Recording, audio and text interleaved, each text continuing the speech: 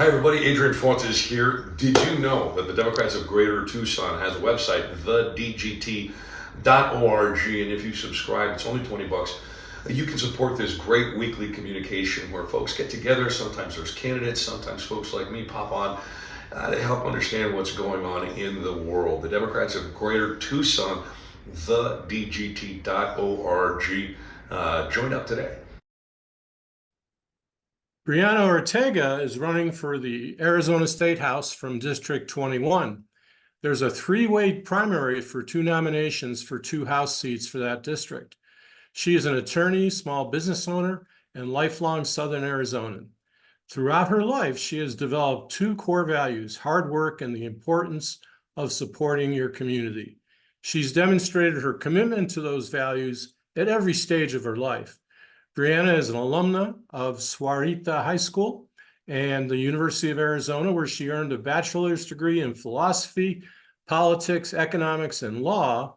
In college, she served as a peer advisor to low-income and first-generation students, co-founded and led the Rotaract Club, and received numerous awards, including Club President of the Year and Wildcat of the Year. Motivated by her desire to advocate for others, Brianna attended law school at Gonzaga University. She graduated at the top of her class while juggling multiple jobs, serving on the editorial board of Gonzaga Journal of International Law, and successfully completed in moot court competitions. Brianna also created an outreach program for undergraduate students of color who aspire to become attorneys, a program that continues today. In law school, Brianna clerked for the U.S. Attorney's Office, where she worked on cases involving illegal guns, drug trafficking, and corporate fraud. Upon passing the bar exam, she worked for a local law firm and was the youngest person ever appointed by the state Supreme Court to be a commissioner on the Minority and Justice Commission. In 2023, Brianna launched her own law firm after seeing a need for affordable, accessible legal services for small business owners and residents of Southern Arizona. Brianna successfully represented the family of Governor Raul Castro in their lawsuit against the University of Arizona after the university attempted to sell the family's historic home in Nogales. Now she hopes to represent Southern Arizonans in the state legislature. Brianna's run for office follows a family legacy of public service.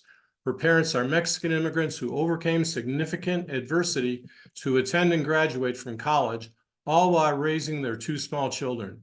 Her father became a public school teacher. Her mother became a respected prosecutor, who now serves as a judge in Santa Cruz County. Her brother is a decorated veteran who served in Afghanistan. With her strong values and true love for her community, Brianna is poised to be a fresh voice for the people, bringing fresh perspectives and a commitment to public service. Let's give a warm Democrats of Tucson welcome to Brianna. Thanks, everyone. Thanks for the invitation. I'm happy to be here.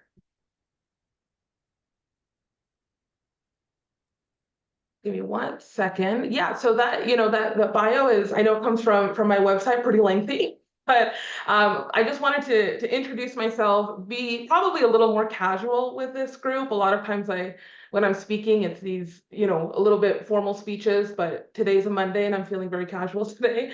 So my name is Briana Ortega. I am running for District 21. So if anybody in this group does not know or needs a refresher on what district that is, it is a geographically very large district. So it goes from about Midtown Tucson, parts of Midtown Tucson, all the way south to the border in Nogales, and then scoops in Bisbee as well. So once you go down to the border in Nogales, it goes east and cuts that in. So it's a pretty large district geographically. I was born and raised in our district, so my young years were spent on the south side of Tucson. And after that, once I got a little older, my family moved to Sahuarita. So we moved to the suburbs and I graduated from Sahuarita High School. I went to college after that. I always knew that I wanted to advocate for people. I wanted to be able to make a change for people who maybe had their voices weakened by other people. So I decided to go to law school. And I went to law school at Gonzaga University. It was a lot of work, but I'm very glad that I did it. And so after that, I started practicing. Initially, I wanted to do criminal prosecution, but I actually decided I wanted to do civil work. I really fell in love with business and employment law, and specifically with employment law, representing people who are filing lawsuits against their supervisors or their employers for things like sexual harassment, race discrimination, wage theft, things like that, and making sure that our employees' rights are protected. I've also represented employers as well. So I've done both sides, and my perspective on the employer side is, you know, when as an attorney, I don't want to be just a stereotypical attorney that you think of that's very stuffy in a stuffy suit and a very nice office. My whole thing is I'd like to be personable, because I think being personable makes things much more accessible for people. So in representing employers, it's not just, my way of going about it is, it's not just advising them on, this is the law, um, this is how you should act because of the law. I also think about, okay, but you want a positive work environment for your employees, right? You want your business to thrive, and the way to do that is to treat your employees well. So I try to do a combination of, let's look at the law, but let's also look at maybe some ethical issues, some moral issues. And I believe that, inclusive business is good business. I kind of stole that logo from the LGBTQ Chamber of Commerce in Tucson, but their slogan is inclusive business is good business, and I really believe that. So now with my own practice, I launched my own practice. I've loved my employers before me. I have great respect for them, but I launched my own because I wanted to do something a little bit different. I think the legal profession needs to be a little bit more receptive to how regular people are, and not be so stuffy, for lack of a better word. So that's why I opened up my own office, is because I wanted to be able to approach this, talk to people like they're regular people.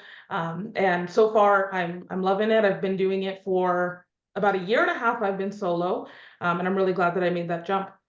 So now, representing people in settings like that, in legal settings, and having your clients, you really see the way that our laws affect people every day. We have these words and statutes that are very convoluted, they're difficult to read, but in my job, I see it play out every single day and how it affects people. So a lot of times I look at things and I think, gosh, we need some change in the laws, whether it's just language, that matters, little language like that, or if it's a complete overhaul of how we deal with things. So that's kind of the what sparked my interest in legislation. And I decided that I wanted to run in this race because I felt that I brought something to the table that we need more in our legislature, which is somebody who is, to be honest, very good at negotiating, sitting down with people and coming up with resolutions. I'm a litigator. There's, all types of attorneys, but I'm a litigator primarily. And so my job is to sit down with people who disagree with me, to sit down with people who do not want me to have the outcome I'm going for.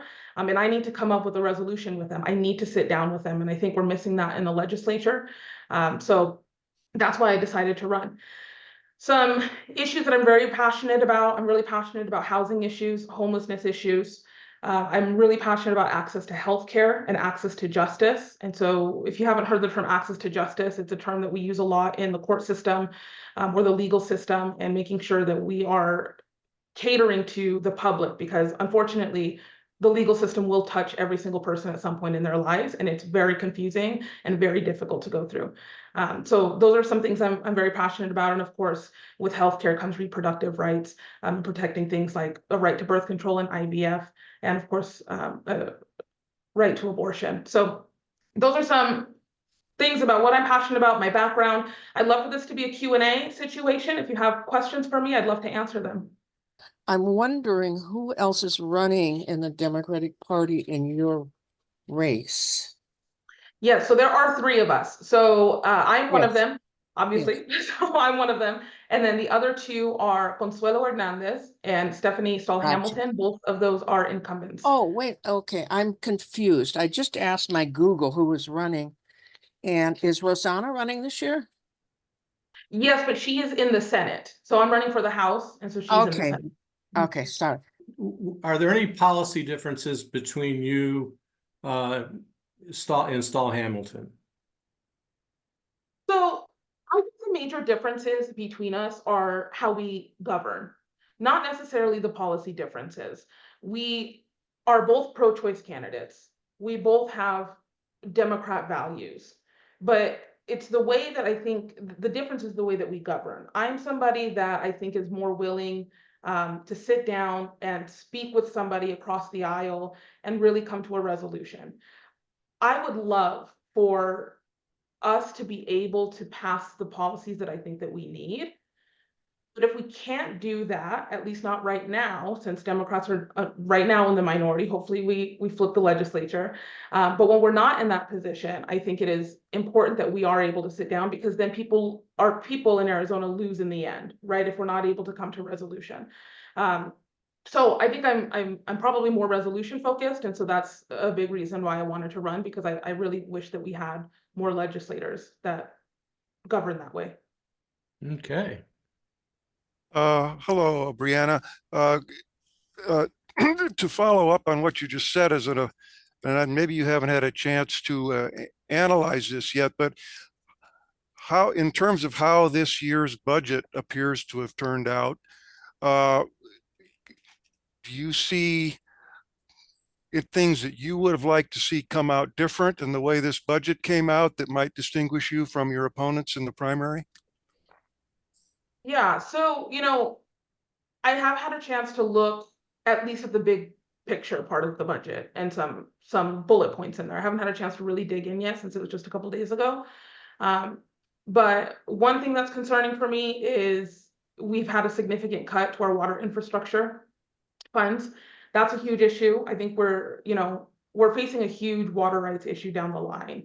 We're running out of water. We don't have a plan, really, at least not a cohesive plan, to figure that out, especially outside of our zones. What is outside of our zones that we do manage, there's rural areas that we're not managing. And so when we're decreasing funding from programs like that, that's a big concern for me.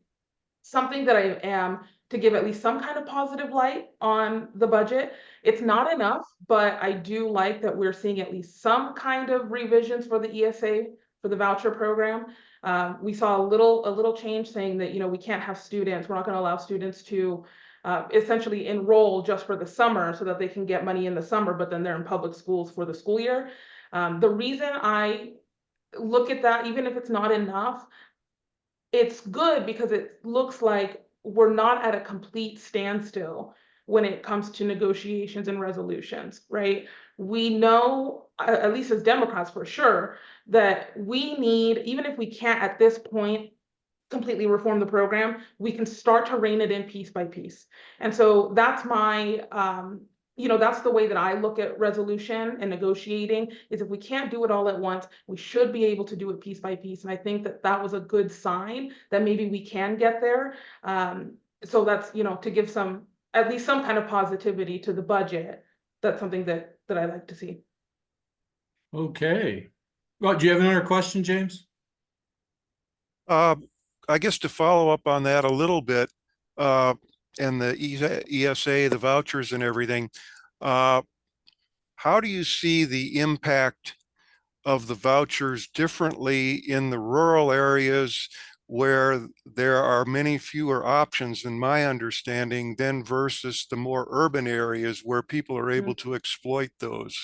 Thank you. So yeah, rural issues are really important to me. Like I said, our district is pretty large and it didn't come, most of our voters are in the Tucson metropolitan area, but geographically we're mostly rural, right? I live in Tubac, if you guys know where that is, that's pretty rural. It's a really small town. So I care a lot about rural issues, and that's one of the reasons I'm running, is because I want more rural legislators to be able to bring light to those. As far as the ESA vouchers, you're right, James, in that it's more difficult for people in rural areas because they have less options of getting funding for their public schools and people in metropolitan areas.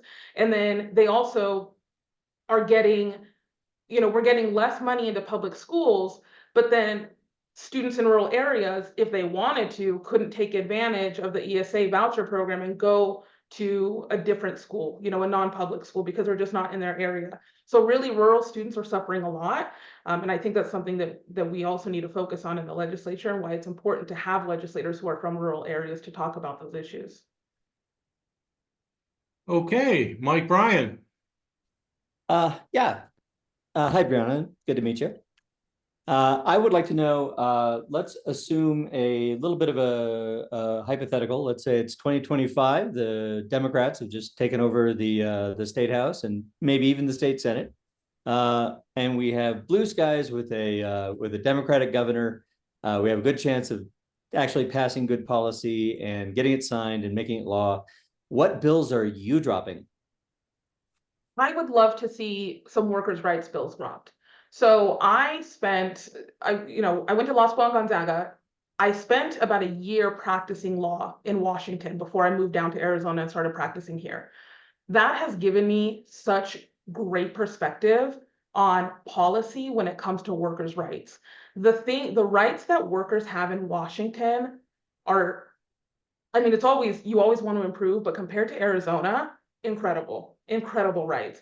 Then you move down to Arizona and you think, oh my gosh, we don't even give our employees a right to a lunch break or a 15-minute break. There's no right to that under the law in Arizona, none. You can have somebody who's working for you for 8 hours and you do not have to give them a lunch break. That is unfathomable to me. So there's a lot of workers' rights issues that I see. The way that Arizona defines disability in their disability discrimination laws, I think can be improved. It excludes a lot of people with medical conditions that they are affected by those at work, but it's not covered. So if they're being treated differently because of that, they don't necessarily have a right to complain about it and get that fixed. They might federally, but then that's a whole other issue. You always want to make sure that our workers are not just protected federally, they're protected by our state as well. So a blue legislature, blue skies, I would really love to focus on some workers' rights because those things I've seen with my clients, right? I think that's what it is. It's the personal experience of talking to my clients who have been treated so poorly and they just can't do anything about it. They can't do anything about it and they're afraid to sometimes because that's their livelihood, right? So I get really passionate about workers' rights. And I also have a family of blue collar workers as well who have a lot of stories about ways they've been treated in their workplace. And so for me, that's a focus that I would probably have. Yeah, it's good to know where your passions lie, and workers' rights is a real problem in Arizona. What about wages? Do you have any ideas about what we should be doing about minimum or living wages here in Arizona? Yeah, I mean, we always want to make sure that we're doing what we can to make sure that people are making a livable wage. Another thing that I would point out is the way that statutes are drafted. We have some people who are not included in the minimum wage law. Just because you're an employee does not mean necessarily that you are entitled to a minimum wage. It depends what type of employee you are. And so that's the way that some industries have been able to carve out certain employees and being able to pay them kind of what they want and at least not the minimum wage. So I think we can reform that to make sure that we're protecting people. And of course, like I talked about, wage theft is a huge issue, and making sure that we are tighter on regulations that make sure that employers know that if they're not paying what they are required to pay and when they're required to pay, that's a big problem, is when they're required to pay, employers push that off. If we can make sure that we tighten that so that our employees aren't having to worry about, well, I can't pay my rent now and I'm getting evicted because my employer didn't send my paycheck to me yet. So those are, very passionate about workers. I could go on and on about Well, please labor do. laws and employment laws. In fact, So, Paul Stapleton Smith has a question in the chat that will allow you to do so. He says, Brianna Ortega, how would you specifically create policy and leadership to advance union-backed policies and registered apprenticeships?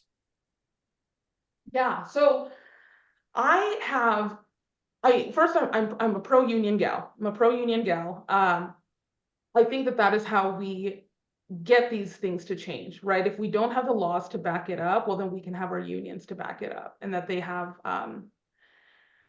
more power and getting better work treatment.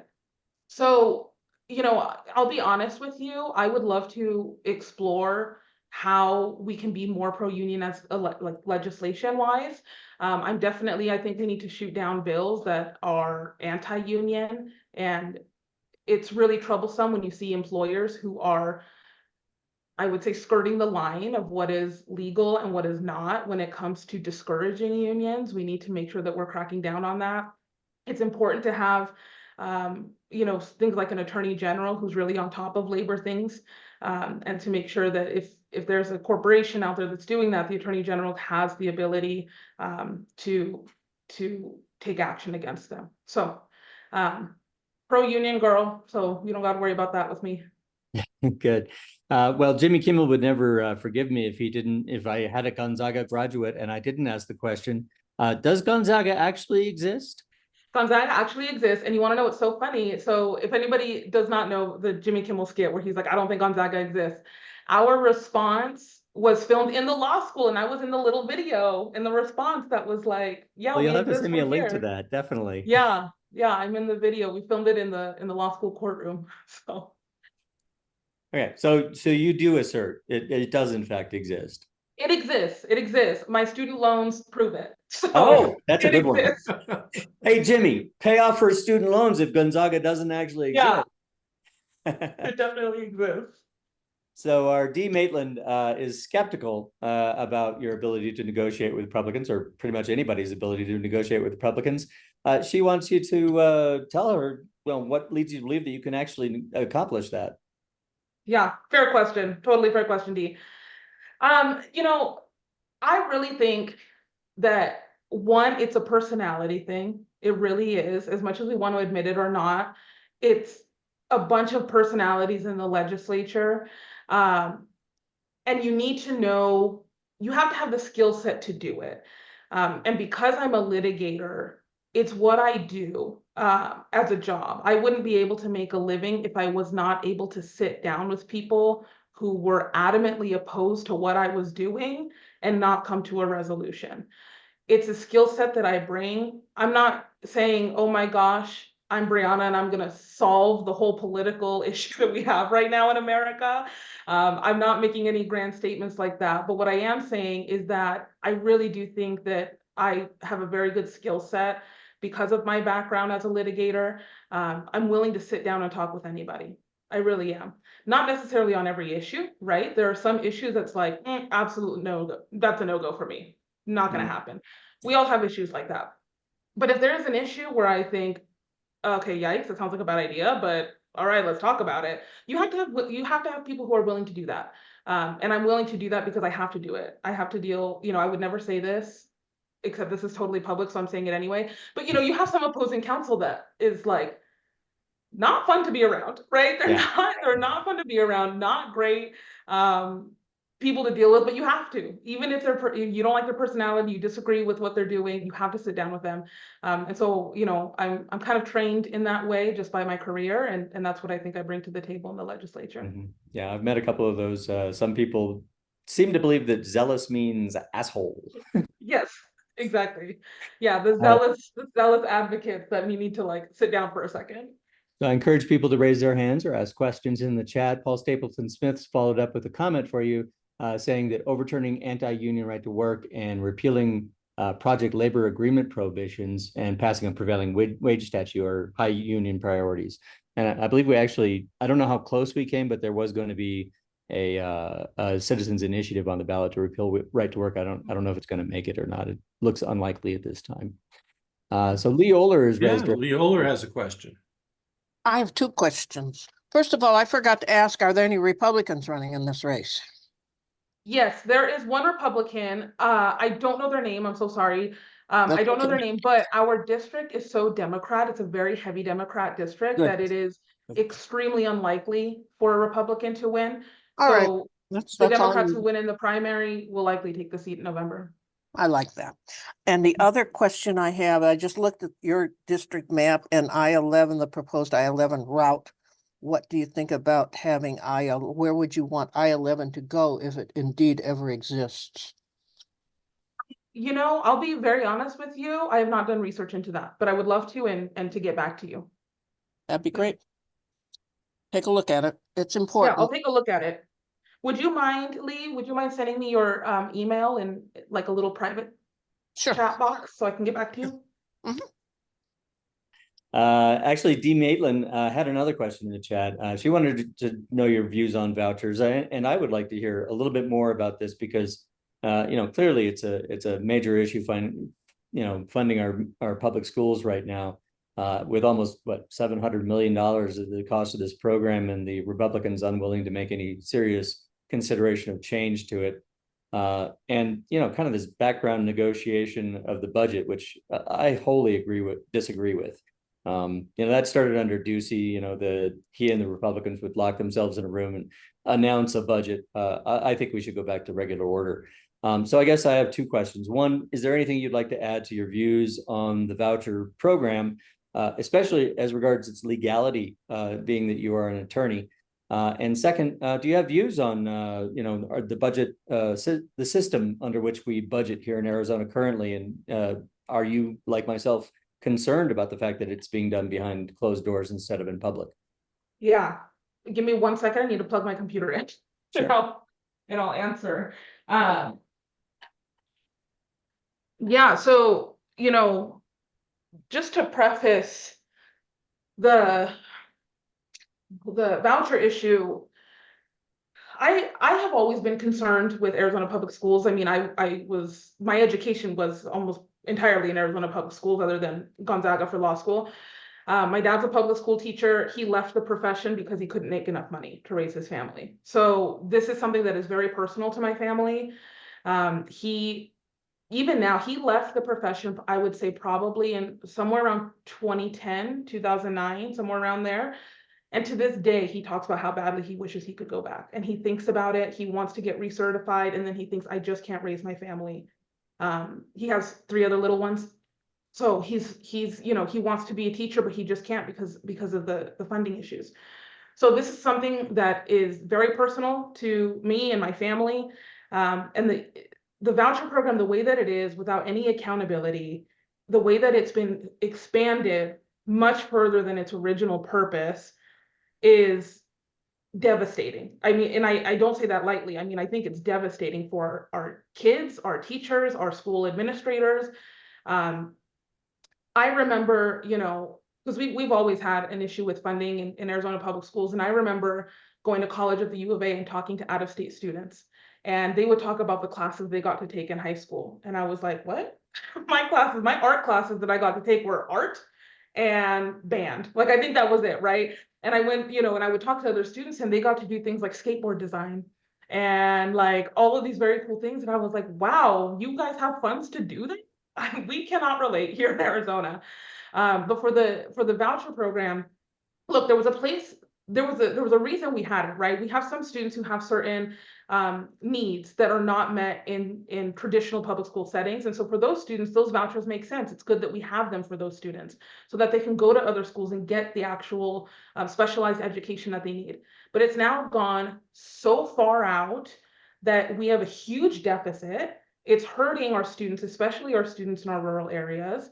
So we really need to rein it back in. To do that is obviously going to be immensely difficult, immensely difficult, which is why I pointed out in the budget for this past year, at least we're having some kind of headway, right? I'm hopeful that now that we have these reports coming out that are showing, in fact, what these families are spending the voucher money on, we know that they're spending it on, these Legos, the water parks, all of these things. Now that we have factual information, I'm hoping that we are able to make legislation that starts to rein it back.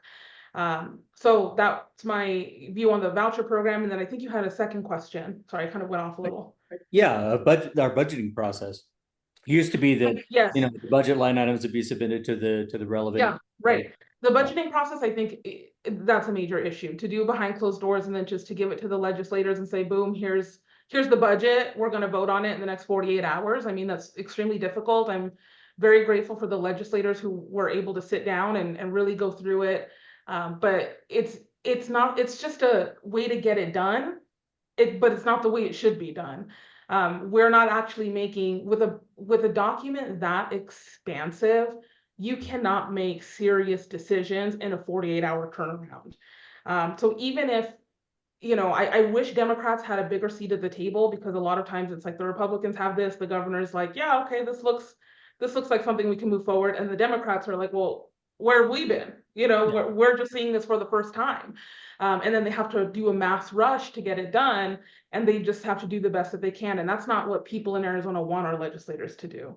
and it's not the way that it should be done. We can't be rushing a process like this Yeah. that really takes away, either gives or takes away a lot of opportunities for people in our state. So, you know, I agree with you. The whole closed door thing, it needs to change. It needs to be more cohesive and more of a teamwork process as much as possible in the legislature. I just put it on the political hat. I mean, it just doesn't make sense for us to do it this way politically because so many stakeholders are left out, and there's so many places that we can Right. apply political pressure to, you know, maintain funding levels and so forth for the stakeholders if they have an opportunity to have that public input.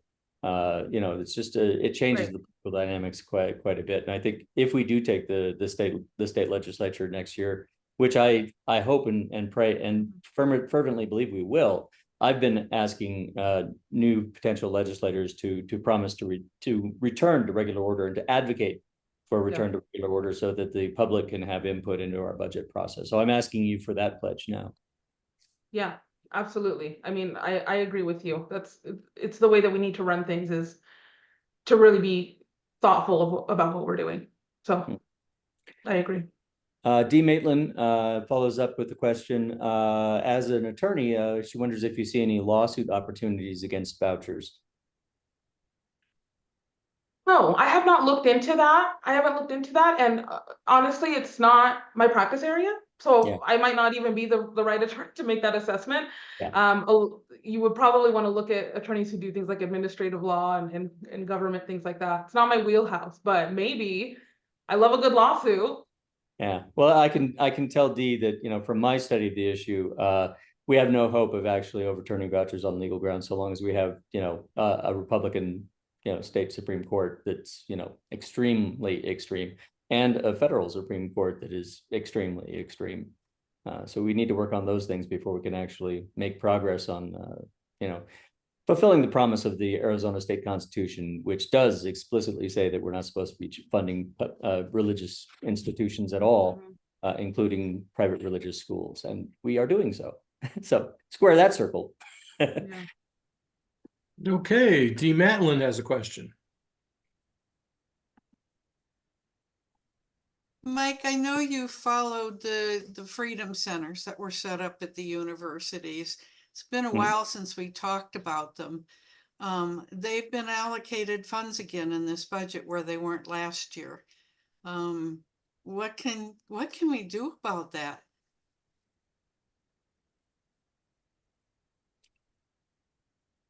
Are you asking me, Dee, or are you asking? Yeah, I'm asking you, Mike, because I knew. Oh, well, you know, I'm not the subject of today's video. Brianna is. So I'll let Brianna answer that if she has one.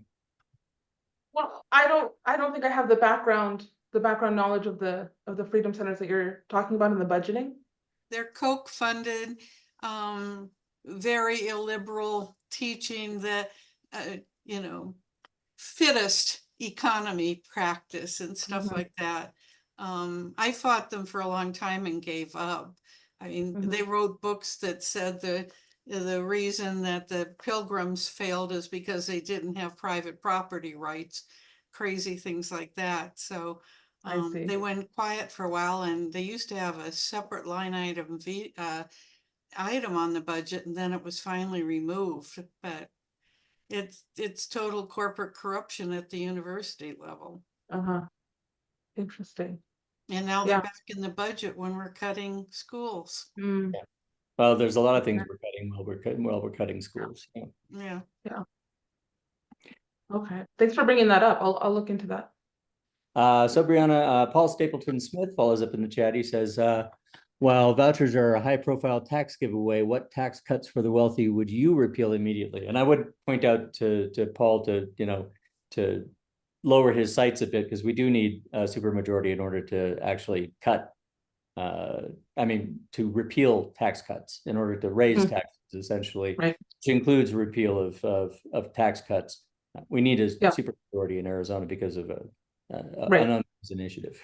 I know that's the big difficulty with all of this. I think, you know, Ducey's flat tax is also something that's been devastating to us. So that would be the first thing to go. If we are able to get a supermajority, that would be fantastic. But that's something that's got to go. I think it's been detrimental. We have a huge deficit, and we need to figure out how to fill it. And the way that we're doing it now, you know, I have concerns about the opioid settlement money that's gone into the budget. I have concerns about that. I just do. I mean, I can't make an official opinion on it. I don't know what the terms of the settlement agreement are. I haven't seen the terms. But based off of, you know, our AG's statement on it, that is cause for concern for me. So we need to figure out our tax situation, because we cannot just be pulling money like we are now to avoid this deficit. So the flat tax would have to go. Well, let me follow up, since nobody else has raised their hands or asked questions in the chat at this point, and I encourage everybody to do so. A couple of years back, when Steve Farley was in the legislature, one of his big hobby horses was to get rid of a lot of sales tax and use tax loopholes that we have in Arizona. Apparently, by his calculations, we were, you know, pretty much, you know, loopholing our way out of about the equivalent of what sales tax we do collect. So do you have any views on that? Have you looked into ways to enhance revenue here in Arizona without having to get a supermajority to raise taxes? Yeah, sorry, can you explain what that loophole that you're talking about? There's a number of specific carve-outs that seem really ridiculous, like private aviation fuel, for instance, gets a loophole for sales tax here in Arizona. Yeah. And there's lots of things like that, like certain kinds of dimensions of tubing get tax cuts, whereas others don't, and that's due to the influence of the pipelines here in Arizona. So there's a lot of these things, and Steve Farley several years back, that was his big hobby horse while he was in the legislature. Yeah, I think honestly, I think that's what, if we can't get, you know, other reform, it's things like that, those little loopholes that we find. Things like, you know, we have some loopholes for landowners who, if they're a certain type of landowner, they're not subject to a certain tax. So then they change who owns the land, when in reality, you know, the actual owner of the land would be subject to that tax, but we're going to do some legal document shifting to make it so that we're different, or we're not using the house for this purpose. We're using it for a different purpose. Things like that. I mean, it really takes someone to dig in there and to look at those tax codes and figure out where we can close those loopholes. Joe, do you have any questions for Brianna? Yeah, you know, to follow up what Mike brought up, there's so many ways we get tax rebate that, you know, I have a chance to participate in one of them. But again, there comes a time that we have to look at some of the states that have gone to a flat tax, Kansas in particular, where it's just been awful. You know, because, you know, if you don't have revenue, you can't fund programs. You can't handle emergencies. And that's the really scary thing to me, is you look at states where some kind of disaster happens, whether it's a natural disaster, whether it's an infrastructure type of disaster, and it's not until we see the awful thing that happens that we realize, oh, we have a big issue because of decades worth of legislation that's changed, that hasn't been thinking for the future. It's just benefiting people right here today, but we're not thinking about the future. I mean, that's a lot of, you know, our water rights situation, right? We have some people who are rightfully looking toward the future and saying we need to find legislation because this is going to be a big problem. Then we have other people who are like, there's no problem. I see no problem. Well, you don't see it now, but it's coming. And I think that's, you know, one of those big issues with a lack of revenue is we don't have the infrastructure. And because people can't necessarily see the infrastructure in front of them, they don't think that it's an issue until something bad has happened. And now we don't have the resources to take care of it. Okay. And Leola has a question. Unmute. I was just making a few notes here, and we're kind of not running out of time, but I have some more questions for you, if you don't mind. Have you run for any electable office before? I have not. No, this is my first time running. And why did you do it this time? That's a great question. So, you know, I've always liked advocacy work in a lot of different areas, right? Not just my career, but in volunteer work, things like that. And I decided this time around, I had a couple of people who said that they would, support me and they wanted me. I met, I've been a pretty avid volunteer with the Santa Cruz County Democrats. So I met a lot of people there who wanted me to run. I'm from Santa Cruz County, well, all over the district really, but I live in Santa Cruz County now. And we have not had an elected legislator from Santa Cruz County in about 20 to 25 years, something like that. So that to me was very motivating because again, I really love our rural areas. I love Tucson, but I also love our rural areas. I love our district. I'm kind of all over the place. I have an office in Nogales and an office in Tucson, and I live in Tubac, so I'm constantly going back and forth. But once I think that we could have a legislator from Santa Cruz County. I am in a place in my life, say right now, where I could do this. Before I was working in law firms for other people, and I can't really tell my boss, hey, I'm gonna be gone. We're gonna be in session. I don't know when it ends, but I might be gone for 6 months. Oh, I And think so, you should. But anyhow, that's so okay.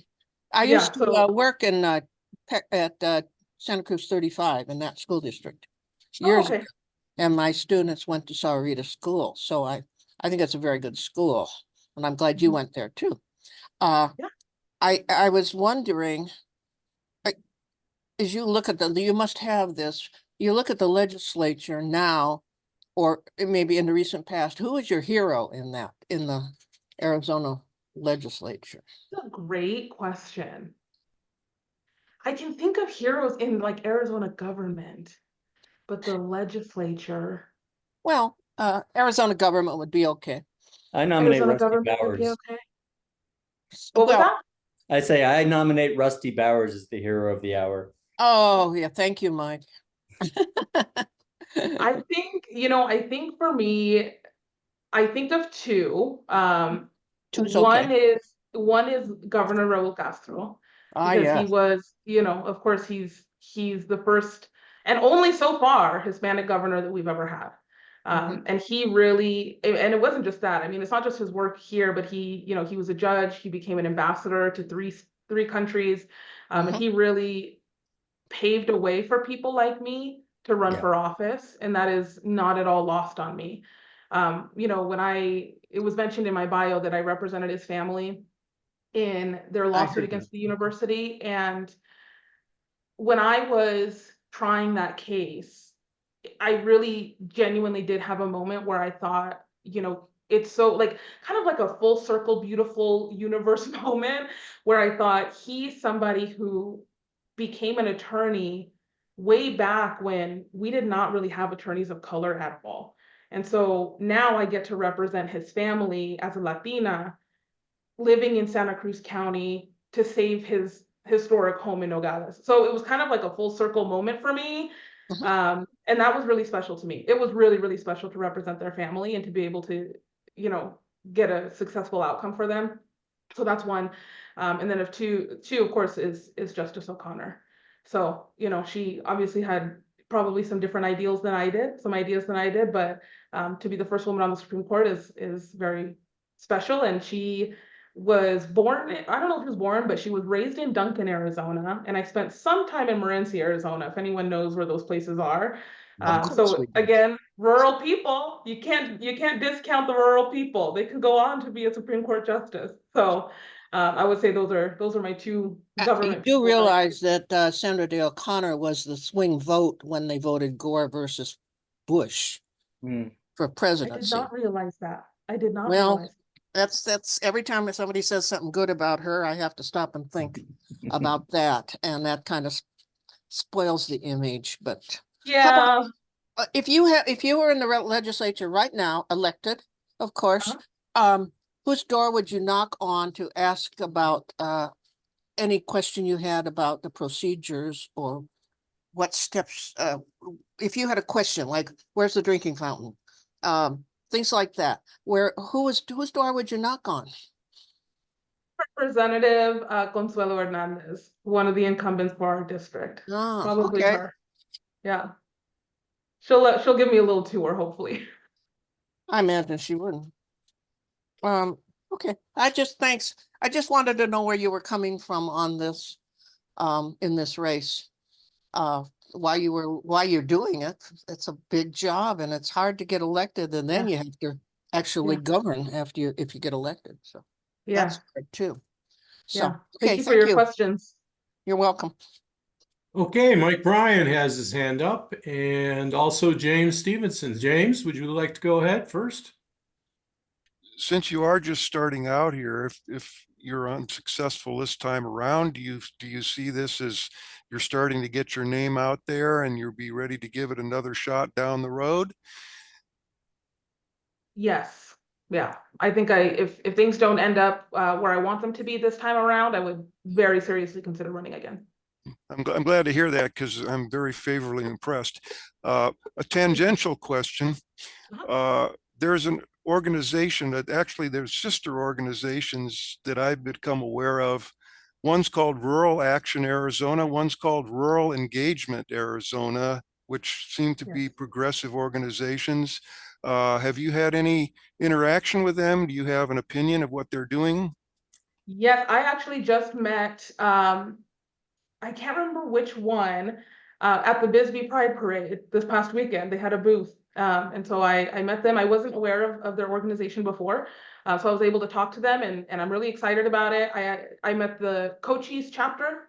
I don't know if they call them a president, but whoever the leader is of the Cochise chapter. And I asked them if they had one in Santa Cruz County, since that's another rural area in our district. And so they are right now deciding if they are going to have a Santa Cruz County section that joins their Cochise chat section or their Pima section. They're trying to figure it out, but I'm excited either way. Especially, I was talking to them and they're really focused on youth votes. And I think that's super important, especially youth in rural places, because we're losing youth in rural places. A lot of young people in rural places are going to major metropolitan areas for jobs and things like that, which, that's great, that's fine. But I want to see more engagement from the youth who stay in the rural areas. And so organizations like that are doing a lot of good work. I'm glad to hear that you've made that connection because it seems like a natural. Yeah, I was really excited to talk to them. Okay. Mike, your hand's up. Yeah, kind of probably the last question that we're going to have time for today. Given your background as the child of immigrants, I'm interested to hear what you have to say about the Republicans here in Arizona and their efforts to politicize the issue of immigration, and just sort of how you feel about it, how you view it, how you talk about it to people who are concerned about the state of our immigration policy. Yeah. It is so hurtful and destructive, the words and the language that the Republicans are using to talk about immigrants. Like I said, my parents are immigrants. My partner's an immigrant. He's from Haiti. So supporting immigrants is just so innate in me because it is me. It really feels like it is me because I'm the child of immigrants. My partner's an immigrant. And it is so hurtful. And it's also frustrating because, like I said, I work in Nogales. My office is about 3 minutes from the border. I see the border multiple times a week. And so this idea that there's like this grand invasion at the border and we're scared for our safety, I crossed the border to go to La Roca in Nogales, if anyone knows where that is. It's a restaurant. And so I crossed the border to go there. I've never in my life I've been crossing the border my entire life, and I've never felt unsafe in an invasion kind of way. So it's really damaging. It creates hateful conduct toward immigrants and toward people of color. And so I'm very, very concerned about the initiative that's going to be on our ballot. That's hugely concerning that we're still trying to do these SB 1070 style attacks. And it's something that I will never waver on that. I mean, there are some things, like I said, I'm willing to sit down, I'm willing to negotiate, but there are some things that it's a hard stop for me. And anything that is anti-immigrant, anything that is anti-LGBTQ, when we are trying to attack people for who they are, that's something to me that unwavering, I'm not playing around with that. That is not something I'm going to entertain and sit down with you about. So that hopefully that answers your question. But Okay. Well, thank you so much being here with us today. Yes, thank you. You handled the great majority of questions, and where you have to do a little homework, I'm sure you'll get back to us and let us know. But we really salute you for running. We think all our candidates are warriors, and you're certainly a warrior in my book. So, Oh, thank you.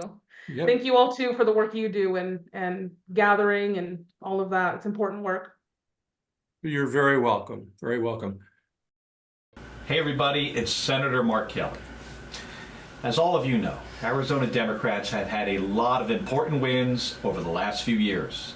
We won 2 U.S. Senate races, and we delivered Arizona's electoral votes to President Biden and Vice President Harris.